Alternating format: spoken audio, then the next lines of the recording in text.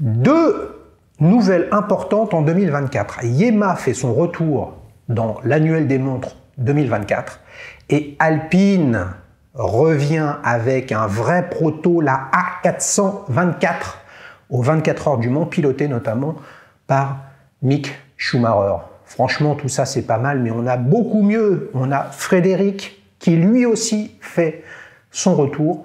Il vient nous raconter et nous présenter sa Yema Rallygraph Alpine Endurance. Les amis, on démarre, on se retrouve au S Dunlop juste après la ligne de départ des 24 heures du Mans. C'est parti pour un nouvel épisode de Petite Montre entre amis.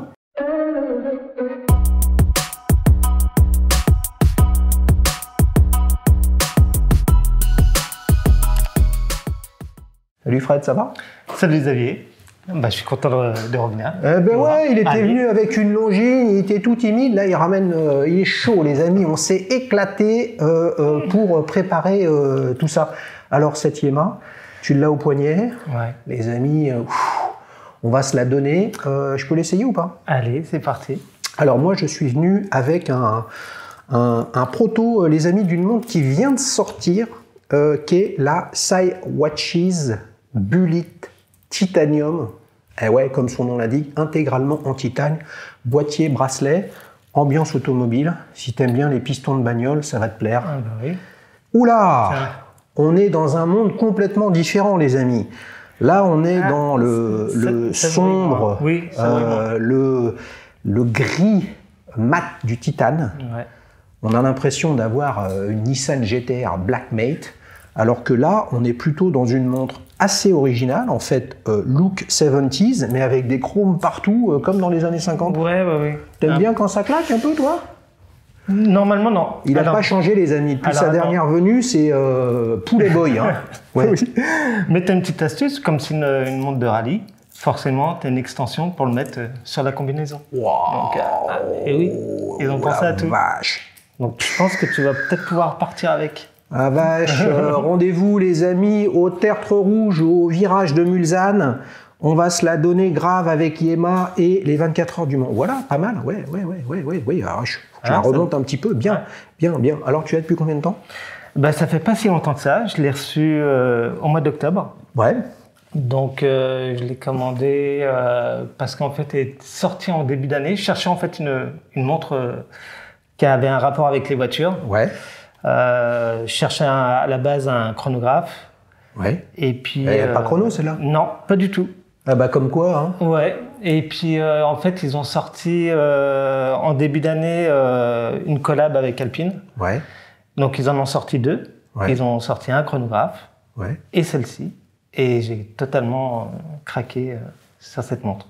Parce que Rallygraph, Rallygraph, c'est une collection historique de Yema. Exactement. Là où à l'époque ils avaient Mario Andretti comme pilote. Oui, alors je me souviens plus du nom du pilote. Je sais qu'ils l'ont sorti. La première c'était dans les années 66, les années 60. Ok. Alors c'est pas du tout une réédition. Alors c'est le nom où ils ont gardé le nom Rallygraph, mais c'est pas du tout. Bah oui, une parce qu'il me réédition. semble pas que ça ressemble à ça, une Rallygraph. Non, pas du tout. Hein, c'est plutôt avec des sous-cadrans, avec une forme un petit peu. On a l'impression d'avoir le masque de Fantomet, les amis, pour ceux qui connaissent, à ne pas confondre avec Fantomas. Moi, c'est ce qui m'a plu. Hein. Quand tu m'as écrit, je me suis dit, wow, mais attends, qu'est-ce que c'est que ça? Le boîtier, là, il est complètement nouveau aussi? J'ai pas vu ça de chez Yema. Alors ils disent que ça soit le bracelet ou le boîtier qui l'ont. Qui se sont, c'est, on va dire, des rééditions des années 80, mais j'ai pas du tout retrouvé ça dans leur collection. Ok, bon, à la limite, why not, hein?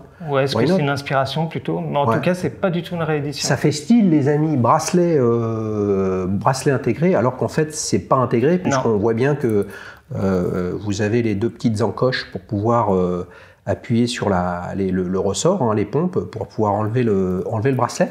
C'est fourni avec plusieurs bracelets ou un seul bracelet? Alors, tu as un bracelet cuir. Ouais. Et ce bracelet-là. Mais je préférais vraiment ce bracelet. Je trouve que ça s'intégrerait mieux à la montre. Et le bracelet cuir, il est comment alors? Et il vient jusque entre les cordes? Pareil, oui, il vient bien, il est bien posé dessus. Non, mais directement, il n'y a pas un handling. Non. Ah ouais, donc ça doit faire un peu bizarre parce que là, tu as quand même un handling qui est parfaitement dans l'axe. Visuellement, franchement, là, on est sur un look de boîtier. J'en ai des tonnes des montres comme ça. Ça va de la Royal Oak, PRX, il y a des Seiko, il y a des LEAP, il y a des Omega comme ça, Genève, Constellation, il y en a beaucoup, beaucoup. C'est ni original, ni pas original, en fait. C'est vraiment un style de l'époque. Le boîtier intégré, oui. Ouais, et puis tu as une littérature, un truc de malade, hein, parce que là, là qu'est-ce que tu peux faire avec tout ça alors en fait, j'ai essayé de comprendre ce que tu pouvais faire, mais j'ai pas compris. Bah écoute, au départ, tu sais quoi, j'ai pas compris non plus. Ouais. Et j'ai essayé de voir sur, déjà quand tu la reçois, t'as pas de mode d'emploi. Ouais. Donc voilà, c'est à toi de chercher. Et en fait, c'est pour calculer ta vitesse moyenne. C'est-à-dire au-dessus, la lunette noire, ça te dit les kilomètres. Ouais. Donc, le réo, en fait, sur le réo blanc, qui est sympa, ouais. ils ont mis mis le temps. Le temps, voilà. Et donc, en fait, si tu as fait, par exemple, 80 km et tu mets les 80 sur, par exemple, 30 minutes, et ben la flèche t'indique la vitesse moyenne à laquelle tu as été. Ouais. Et ben voilà une belle explication, les amis, qui ne me rassure pas. Au fond, qui me rassure plutôt, parce que c'est ce que j'ai lu, mais j'ai pas tout compris comment ça fonctionnait. C'est un petit peu dommage. Elle est assez particulière cette lunette. Parce qu'elle est, on parlera de la forme après, mais elle est pas crantée. Ouais, elle clique pas. Elle est bidirectionnelle, mais elle clique pas du tout. Alors je sais pas comment ils ont fait ça. Après, sincèrement, c'est pas le choix. Franchement, une illustration, tout ça sert à rien. Ce qui compte, c'est qu'elle te plaise en termes de look, toi. Ah oui, moi c'est vraiment au départ, parce que on va être sincère, je vais pas forcément me servir pour calculer ma vitesse moyenne avec ma voiture. Je pense qu'elle le fait très bien à ma place. Ouais, cela dit, la vitesse moyenne, les amis, aux 24 heures du Mans, c'est quand même la base du truc. Hein. Les gars, ils sont à 230 ou 240 de mémoire de moyenne. Ouais. 330, 340 entre les tronçons, la chicane Dunlop ou PlayStation sur la ligne droite du Henaudière. Franchement, les amis, ça tartine. Alors pour le coup, je me suis dit, mais attends, mais qu'est-ce qu'il me raconte le Fred là? Il me contacte avec une Alpine, une Yamaha Alpine. Ouais. Et là, je me suis dit, mais attends, Alpine, ils sont avec un Bell & Ross. Mais en fait, là, c'est Alpine Endurance. Oui. Ça n'a rien à voir. Eh oui. Et d'ailleurs, ils équipent tout le staff et tous les mécanos avec leur montre. Et ouais, et vous pouvez voir sur la calandre avant du proto, qui a été annoncé il y a 4 mois maintenant, qui a tourné, je crois, qui s'est fait déverminer le terme de le premier roulage de la voiture en août 2023, qu'on verra au Mans en juin. Il y a un sticker Yamaha dessus. Ouais, bah oui. Pour 3 ans, je crois. Ce sera associé pour 3 ans. Et les gars de Yamaha, Morteau, Le Mans en bagnole, c'est pas gagné. Faut quand même traverser la France, le Massif central, etc., etc. Quoi. Qu'est-ce qui t'a plu alors? Parce que tu cherchais un truc automobile. Ouais, j'étais très... Pourquoi Yamaha et pourquoi celle-ci? Alors, juste avant Yamaha. Ouais. Et tu vas voir qu'il y a quelque part un lien. Je suis tombé complètement amoureux d'une Depancel. Ouais. La Close, Pista GT. La Younger Close. Younger Close, ok. Donc, qui lui est passionné d'Alpine. Ouais. Et je la trouvais vraiment magnifique, ce chronographe. Et t'es venu avec? Bah non. Parce que le problème, c'est que avec mon petit poignet de poulet, ça passait pas. Elle fait du 44 de diamètre sur à peu près 15 ou 16 mm d'épaisseur. Ouais. Mais tu l'as pas essayé? Non, je l'ai pas essayé. Celle-là non plus. Ça aurait pu. Celle-là non plus. Ouais. Mais déjà, le format, les dimensions me convenaient mieux. Ouais. Et puis... Attends, la Jürgen Close de Pancel, si vous en avez une, les amis, droppez un avis sur la plateforme, puisque de Pancel, figurez-vous, avec toute la collection qu'ils ont, moralité, nous n'avons que des avis sur la Pista GT, qui est quand même sacrément réussie. Mais là, on est presque dans la Porsche Cup, quoi. Là, c'est notamment celle qui est noire, un peu carbone. Elle est plus racing qu'automobile. Exactement. Alors toi, tu voulais un truc un peu apprivoisé quand même. Oui, totalement. Mais en fait, ce qui m'a plu vraiment, donc moi, je la trouvais vachement racée en fait, vraiment. Et ça me rappelait mon enfance, ma jeunesse des années 80. Le groupe B, enfin Je suis d'accord. Ça fait très vraiment Racing pour moi. Ouais. Alors, le groupe B, les amis, c'était les cercueils roulants des années 80. On avait des voitures de dingue.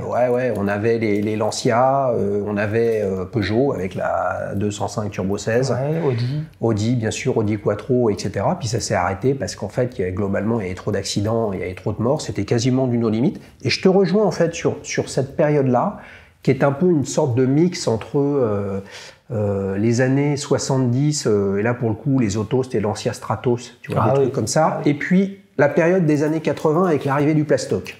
Voilà, le plastique, les couleurs un peu flashy, etc. Et là, pour moi, ce qui matérialise ça, c'est le Réo blanc qui nous projette dans cette époque-là, fin 70, début 80. Je suis sûr qu'il y avait des compteurs notamment d'italiennes, qui avaient des trucs comme ça. Et moi, ce qui est drôle, c'est que ça te fait penser à ça, mais moi, en fait, le Réo blanc avec la lunette noire, ce qui a rien à voir avec la course ou les racing, ça me fait penser à des pneus à flanc blanc. Tu sais, des voitures. Ah ouais, mais là, on n'est pas dans les années 80, là. Ah, on n'est pas du tout. On est plutôt encore plus vieux, mais... Ouais, et puis plutôt aux États-Unis. Mais oui, mais ça me fait penser à ça. Ok. Mais vraiment l'ensemble, vraiment typé années 80, très racé. Et comment t'es arrivé justement, parce que là, celle-ci, c'est une rallygraphe qui ressemble pas aux autres rallygraphes. Exactement. Donc à un moment, toi, tu t'es dit, je vais aller voir chez Yamaha. Donc il y avait aussi un sujet de positionnement tarifaire. Aussi, ouais. Combien ça coûte une auto? Une auto comme ça, les amis, une A424. Combien ça coûte? On est dans les 900, je crois. 900? Ok. Tu t'en souviens plus? Ouais, à peu près, je m'en souviens. Elle était en précommande? C'était un Kickstarter? Non, quelque pas chose, du tout. Non, pas du tout. Elle était en précommande. J'ai pas réfléchi beaucoup. Hein. Je l'ai tout de suite commandée. Elle était en précommande au mois de juin et je l'ai reçue là au mois d'octobre. Ouais. Et alors, elle était complètement... tu l'as reçue, tu as reçu un petit mail en te disant on va vous shipper votre montre. Ouais. Voilà. C'est beau, les mecs, ils envoient des emails, purée, un truc de dingue. Tu la reçois, donc tu l'avais jamais vue. Non. Tu ouvres la boîte, le truc, essayé. le machin, et première impression? Eh ben, la banane? Mon seul petit... Si, j'étais content de l'avoir. Maintenant, c'est vrai, comme tu l'as dit un petit peu au début, je la trouve un petit peu trop brillante. Ouais. J'aime bien le brosser. Ouais. Avec un art, mais pas suffisamment pour moi. Look. Tu vas voir la différence là? Ouais, non mais là, en plus, franchement, avec les tatouages, parce que le propre du tatouage, globalement, c'est que ça brille pas. Ouais. Sauf si tu transpires ou tu t'es mis de la crème solaire, tu vois. Là, ça ressort. Là, c'est complètement différent. Là, on a une ambiance mat. Là, c'est vrai qu'on est extrêmement brillant. Bah là, ça dépend ce qu'on aime. On est un peu dans la mécanique. Ta Longines, elle était comment, toi? Ma Longines? Ouais. Très classique. Oui, non, mais elle était plutôt polymiroir ou plutôt... Ouais, polymiroir. Ok. Et tu vois, encore polymiroir, mais encore une fois, je préfère le brosser. Ouais, mais là, elle est pas complètement en polymiroir. Mais c'est vrai qu'elle elle est vive visuelle. Et puis il y a aussi ce bracelet à combien? 1, 2, 3, 4, 5, 6, 7, 8, 9 maillons. Tout un roman. Un de plus et on serait sur un mesh ou un peu comme ça. Un de moins, pas loin d'un grain de riz, etc. Ouais. C'est sympa. Mais les maillons, je les trouve très beaux. Ouais. Tu savais qu'il y avait Non. Il y avait un truc pour les poignées de goret. Ouais. Parce qu'il y a le poignet de rat et le poignet de goret. Non, ça je l'ai découvert, je l'ai pas vu dans la présentation de la montre. Donc belle surprise. Bah plutôt, ouais. Ouais, non mais c'est bien. Et j'ai tout de suite pensé aux combinaisons de pilotes, en fait. Bah c'est probablement pour ça qu'ils l'ont fait. Ouais. Il y a un truc qui est bien aussi, moi je trouve, c'est qu'il y a clairement un bracelet qui est en trapèze, qui est non manchonné. Donc là, on finit en 16 et on démarre en 20 ici. Ça, c'est bien aussi. Et ce qui fait qu'une montre souvent comme ça, au look type bracelet intégré, puisque là, c'est pas le cas, c'est quand même plus imposant au poignet qu'une montre ronde. Alors, et si en plus là, on a un bracelet manchon, je suis désolé pour les amis de Seiko, mais Seiko, ils sont quand même pas fantastiques. Et puis, ils sortent des boucles ultra balèze. Là, on gagne en finesse. Je trouve ça pas mal. Diamètre? 39. 39, Non, 39. Sur un peu moins de 12 mm d'épaisseur. Oui. Par contre, mon petit bémol, donc à part la brillance, mais bon, c'est pas grand-chose, c'est juste en dessous. Je trouve que le fond de boîte ressort un petit peu trop. En fait, tu vois, j'aurais préféré que ça soit bien posé sur le bras. Mais il est pénible, purée. Bah oui, non, mais attends. Yema, si vous voulez écouter. J'ai discuté avec les gens de Yema pour savoir si Fred, on allait l'inviter. Non, je déconne, aux 24 heures du Mans. Non, mais invitez-le quand même s'il trouve que, ouais, pour faire simple, hein, il trouve que le fond de boîte ressort un petit peu trop sur le côté. Bon, je pense que ça se joue à quand même beaucoup de choses simples. Moi, je rêverais d'être une petite souris et d'être aux discussions. Évidemment, elles n'existent pas, ces discussions. Les discussions croisées entre Alpine, Bell & Ross et Yema sur qu'est-ce qu'on sort et non, et nous on sort avant vous, etc. Bon. Et il y avait Tissot aussi, je crois. Il y a Tissot aussi qui avait une collab avec Alpine. Bien sûr, on a eu une PR516 Alpine qui était venue sur la chaîne. Bah, c'est bien l'illustration que le sport automobile, c'est un vecteur d'image. Ouais.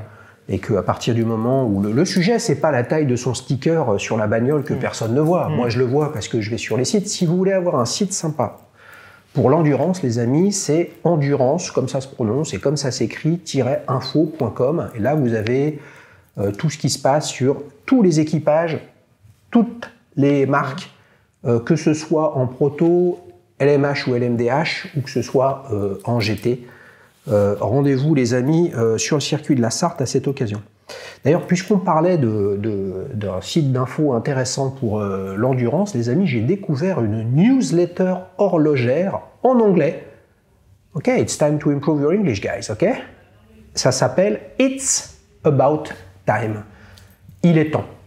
Voilà, c'est assez simple. Le gars, c'est un malade mental, il fait une newsletter par jour. Par jour. T'imagines? Alors là, les gars, il faut avoir du temps pour lire, mais franchement, une news qui arrive dans votre boîte, why not? On discute avec lui, il s'appelle Vuc. Alors, je vous mets les coordonnées de sa news, vous pouvez regarder ce que ça donne. C'est en anglais, les amis, la langue de Shakespeare et pas la langue de Molière. Petite manche entre amis. Moins de 1000 balles. Ouais. Est-ce que tu as eu droit à un deuxième bracelet avec? Pas du tout. Non? Non, bah non. Waouh, ok. Ouais, c'est moche. Un deuxième bracelet, donc tu as choisi l'acier, tu as laissé le cuir. Exactement, je trouve que l'acier lui convenait beaucoup mieux. Ouais, il y avait une boucle déployante, il y avait quoi? Un boucle ardillon sur le bracelet cuir? Ardillon de mémoire. Avec Yema dessus? Ouais. Un truc sympa ou un truc de stock où ils se sont pas foulés? Le bracelet avait l'air sympa, l'ardillon, ouais, travaillait, mais pas plus que ça. Ok. De mémoire. Okay. Mais, je pense que vraiment, c'est le bracelet acier qui lui sied le mieux. Ok. Vraiment. Et là où je suis étonné, c'est que j'ai pas beaucoup vu on va dire, de pubs ou de médias, de réseaux sociaux qui parlent de cette montre. J'ai l'impression, à part peut-être une chaîne, ouais. qui l'a montré, sinon...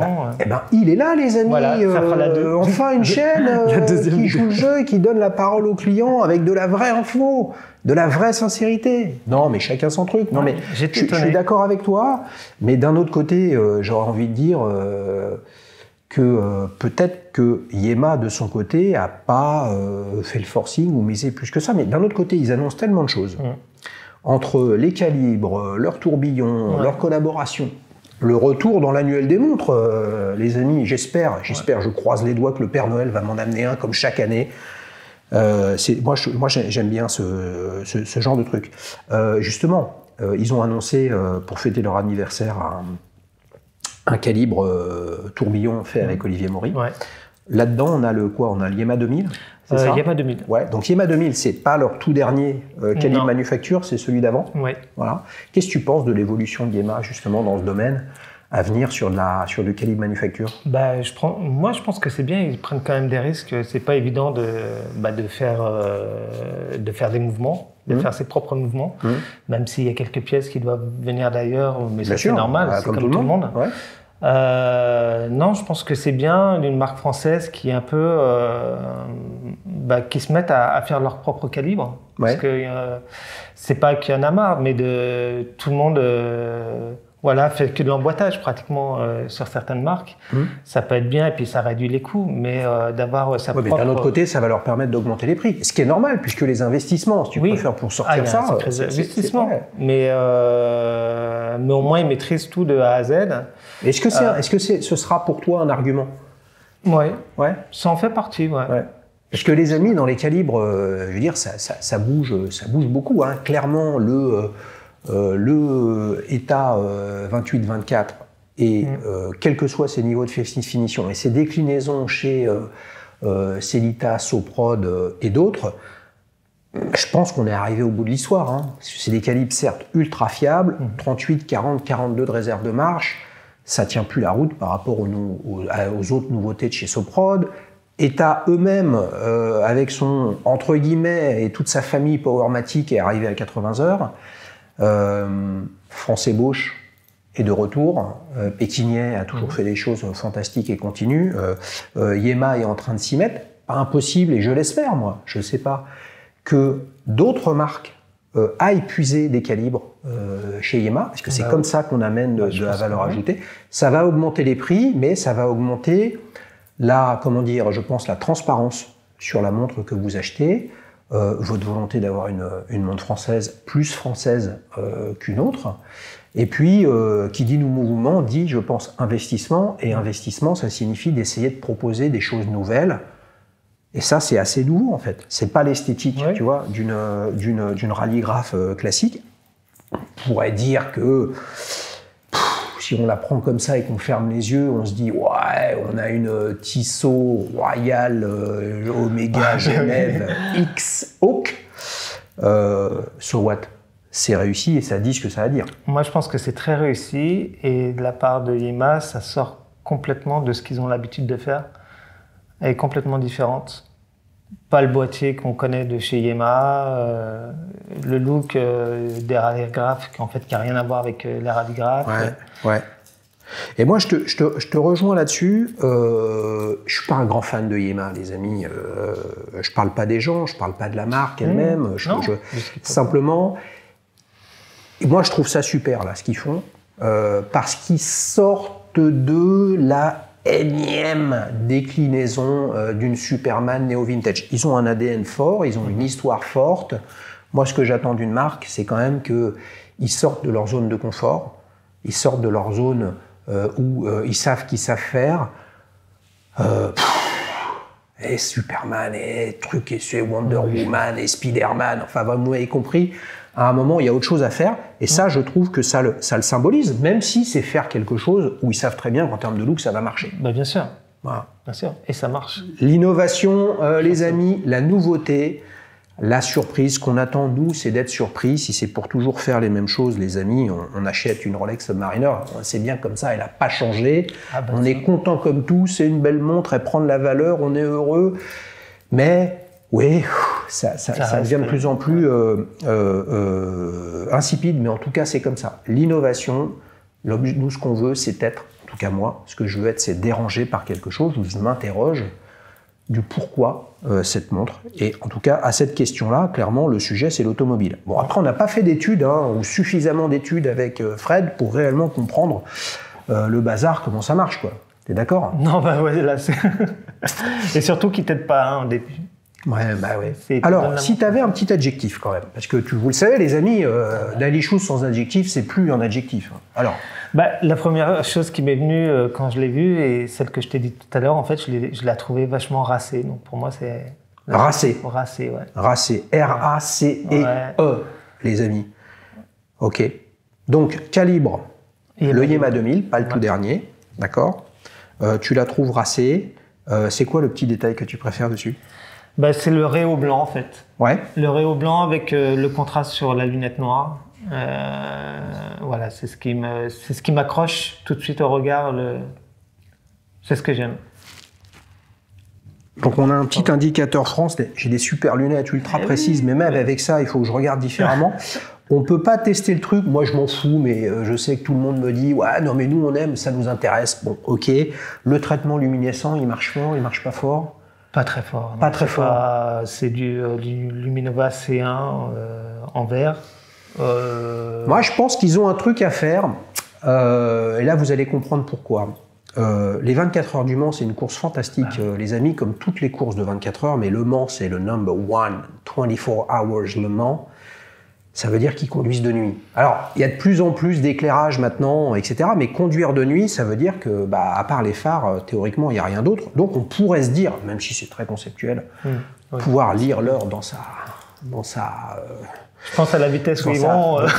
Dans sa Alpine A424, tranquillou, c'est absolument fantastique. Non, mais ce que ça me rappelle, c'est que les stickers, alors c'est plus des stickers, hein, c'est de la technologie, les mecs, hein, mais les stickers avec les numéros des bagnoles sont phosphorescents, donc quand on les voit passer la nuit, on voit mieux le numéro de la bagnole. Et puis après, il y a des petits indicateurs de couleurs, ça c'est pour les spécialistes, pour connaître le classement. 1, 2, 3 avec des couleurs, et là vous savez que celle-ci est en tête des GT, etc. Donc la luminescence de nuit, ça aurait pu être un sujet qui clairement fait la différence par rapport à une Bell & Ross de Formule 1, où, mis à part la para et un peu les trucs à Dubaï, au Qatar, ou je sais pas où, mais globalement la Formule 1, ça se court pas de nuit. Tu vois, ou ça se court de nuit artificiellement pour des questions de business. Las Vegas, cette année, ils ont fait un truc de nuit à Las Vegas. Tu suis la F1? Ah là non. Non, la F1 non, pas du tout. Alors qu'est-ce que tu suis comme sport automobile? Moi je suis plutôt j'étais plutôt rallye, rallye ou les 24 heures du Mans en effet. Mais la F1 plus du tout, ça c'est plus mon fils qui est sur la F1. T'as vu qu'elle s'appelait Rallygraph, c'est bien. Hein. Oui. C'est pour ça, c'est Ah, c'est bon les amis, vous savez qu'on est sur un épisode un peu particulier, hein, le retour, il a déjà gagné la casquette, on a déjà fait le quiz, on a déjà fait souvenir, on va pas le refaire les amis, par contre on va prendre un petit peu de temps. Ah ouais, tu la regardes. Hein. Bah oui. Et ouais, il la regarde, comment tu la trouves? Moi je la trouve bien, elle est mate, elle est très légère, elle change... Non, elle est pas bien réglée pour ton poignet de rat. Hein. Il n'y a pas grand-chose. Hein. Fais voir, remonte là un petit peu là sur ton truc là. Waouh, regardez ça, franchement c'est pas mal. Hein. C'est une 40.5 en diamètre, et là tu vois, il y a une approche qui est complètement différente. Ouais. C'est comme il n'y a quasiment pas de anse. En fait ça porte petit. Voilà. Exactement, ouais. Ouais, parce qu'on dirait pas une 42. Bah oui, c'est une 40.5. 40. 40.5. 40.5. Ouais. Bon, les amis, bientôt vous aurez une vidéo sur la chaîne. D'ici là, vous pouvez voir un avis que j'ai déposé dessus. Je l'ai évalue. J'essaie de me projeter et j'ai sorti un truc. Figure-toi, à cette occasion, le mood board. Dites-nous si c'est un sujet qui vous intéresse. J'ai essayé de me dire sur une montre. Si je devais l'illustrer par, je sais pas, un monument, une chanson, un film, une bagnole, qu'est-ce que ce serait? Je vous laisse découvrir ça, les amis, sur www.dalyshooz.com sur cette Cymotion automatique 24 Bullet Titanium. C'est comme ça que je l'ai vue, cette montre. Voilà. Et finalement, est-ce que c'est pas ça ce qui nous intéresse, d'essayer de se projeter dans l'univers que l'on considère être celui de cette montre? Ah oui, des repères. Bah voilà. Alors forcément, les amis, j'ai montré ça à mon fils, il m'a dit, mais c'est quoi tous ces trucs? Il n'avait pas vu le film, il savait pas que ça existait, il connaissait pas le chanteur, il connaissait pas le monument, alors qu'on y est allé, donc là, ça a failli mal se passer. Et qu'est-ce que j'ai mis d'autre? Je me souviens plus, vous regarderez sur la plateforme. Les amis, on enchaîne quand même pour la dernière partie. Alors, donc là, tu l'as commandé il y a pas mal de temps, tu l'as reçu au mois d'octobre, donc il l'a reçu peu ou prou depuis 2 mois. Est-ce que tu as quelque chose dans le tuyau là? Est-ce que parce qu'on le sait bien, c'est con comme truc. On se dit non, l'achète pas, parce que si on l'achète, on claque des thunes. Et une fois qu'on l'a acheté, il faut acheter la suivante. Ouais. Bon, alors qu'est-ce que tu vas devenir là? Eh ben écoute, il y a une montre qui me fait un peu de l'œil. Enfin, il y en a 2. Ah ouais? Et tu veux me faire deviner? Ouais. Allez, la devinette, les amis, là. Je suis extrasensoriel, là. Vas-y, je t'écoute. Alors, on va partir plutôt du côté de l'Asie. Seiko? Oui, mais... trop fort. Allez, non, je déconne. Un peu plus haut. Ouais. Grand Seiko. Ouais. Alors, attends, mais grand Seiko, il y a beaucoup de choses. Ouais. Est-ce que tu es calibre mécanique, quartz, Spring Drive? C'est mécanique. Mécanique, ouais. C'est une série limitée pour l'Europe. Ouais. Elle vient de sortir. Ouais. Alors là, attention, c'est une SBG. Et là, après, c'est le Beans. Non, qu'est-ce qu'elle a? Je ne vais pas deviner. Hein. Qu'est-ce qu'elle a comme caractéristique? Un cadran particulier? C'est une 3 aiguilles, tout simple, avec un cadran fond vert, légèrement grainé ou hérésé, de mémoire. Il faudrait que je la retrouve. Et le cadran, il a quoi comme origine? Il est, c'est-à-dire solide, il est solide. Non, mais il a quoi comme origine? C'est un paysage, c'est dans l'imaginaire japonais. Non, je crois que c'est la seule où il n'y a pas de, elle n'a pas de nom. D'accord. Et là, t'es à quoi? T'as 6005, 7000? Ouais, on est à 6000, ouais. Eh oui, ça commence à piquer, les amis, chez Grand Seiko. Mais bon, avec le niveau de finition qu'on connaît. Mais par contre, tu sais, encore une fois, j'aimerais bien l'avoir. Par contre, celle-ci, j'aimerais bien l'avoir pro de vrai et pas la commander. Il y a la boutique. Voilà, exactement, parce que les photos, les vidéos reflètent pas toujours. En vrai, c'est. Elle a un fond de boîte ouvert? Non, plein. Ok. Il y a que le bracelet où je suis un peu mitigé. De toute façon, chez Seiko, Grand Seiko, les bracelets, ça n'a jamais été vraiment ça. Mais elle est très élégante, très fine, très chouette et j'adore. Okay. Donc il y a celle-ci qui est en vue, et plus modestement, il y a une plongeuse chez Acrone. Oui. La nouvelle C02. Oui, décompression, jaune, cadran jaune, aiguille jaune. Et celle-ci me fait de la... Attends, avec le no batterie dessus? Non, pas celle-ci. Mais c'est dans la même gamme. Hein. Ils ont fait qui vient de sortir. Qui vient de sortir. Oui, la C02, les amis, belle famille. Il y a la décompression, il y a la no batterie. Il y a... bah oui, celle-là. 4, je crois. Ce qui rapproche, tu vois, la C02 dont tu parles de chez Acrone et celle-ci, c'est que franchement, on est dedans. Il paraît que même les polytechniciens, ils n'y arrivent pas à utiliser le truc tellement c'est chaud. Les paliers. Oui, non, petite info, les amis, j'ai demandé à Erwan et ses équipes de me prêter une C02 maréographe. La raison est simple, je suis un grand fan de pêche, les amis, et quand on pêche en mer, on ne peut pas aller pêcher sans savoir où on est, la marée. Je vais essayer de voir ce que je peux vous raconter dessus, etc. Mais vous voyez, ça me parle. Puis en plus, ils sont de Nantes et donc c'est pas loin de là où je pêche souvent en mer, en Loire-Atlantique. Et c'est ça qui fait l'intérêt qu'on peut avoir sur une montre, c'est de se raccrocher. On parlait des mood boards tout à l'heure, tu vois, se raccrocher les trucs. Et qu'est-ce qui fait que toi, tu es sur deux sujets? Alors évidemment, il y a une question de prix. Hein. La Acrone C02, c'est 1190, un truc comme ça. Voilà. Exactement. Qu'est-ce qui fait que... Vous voyez, il y a d'un côté un truc à 1000 balles, de l'autre côté un truc à 6000, c'est x6. De l'autre côté, il y a un truc, un niveau de finition de malade mental ultra épuré, fantastique avec le polissage Zaratsu.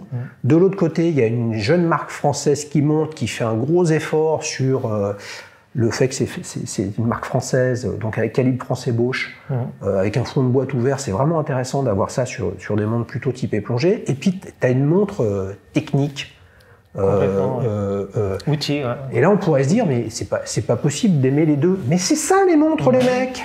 C'est que justement, on peut aimer une montre bestiale, ultra classique, branchée avec des complications à quartz, etc., etc. Si tu mettais, là, c'est une question super dure pour toi.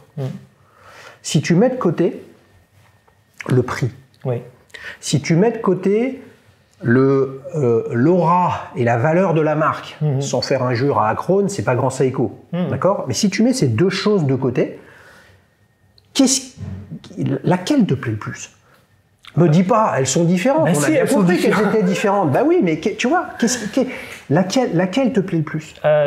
Ou qu'est-ce qui fait que dans ce qui t'attire chez chacune d'elles, qu'est-ce qui fait que d'après toi, non mais c'est quand même plus ça qui m'attire, donc c'est plus celle-là. Mais côté le prix. Je pense que la Acrone m'attire un peu plus parce qu'elle reflète plus une époque et le côté outil qui me plaît bien.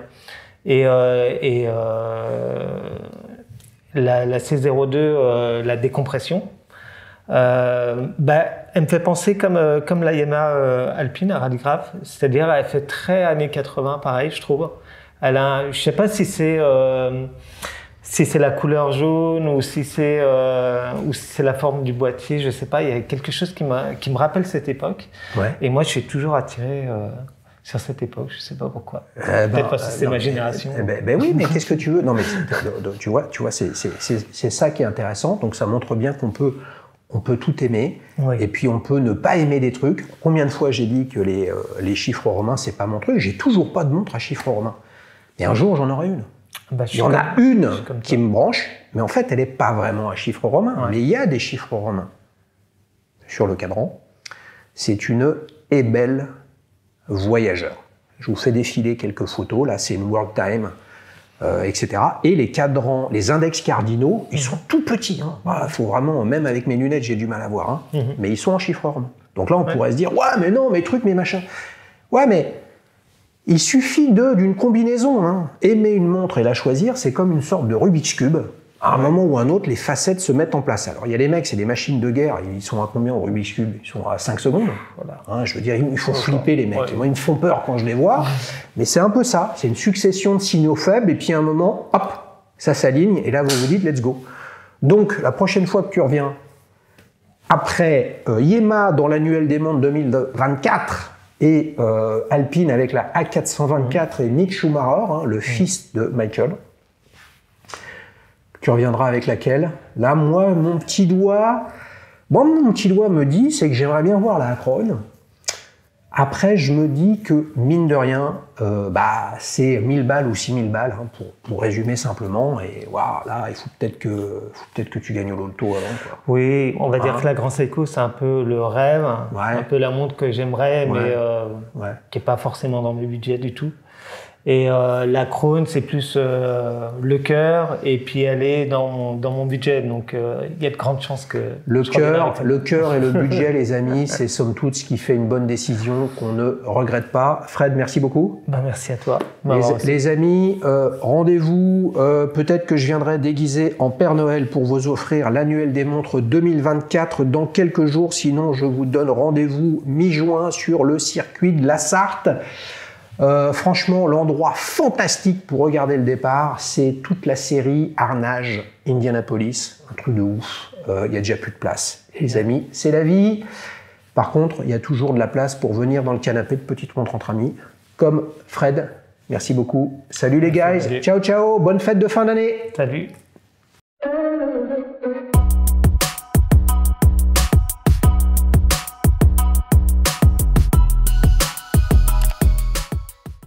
Ah, j'ai complètement innové. Qu'est-ce que je devais dire là-dedans, putain? Une fois que j'avais dit avant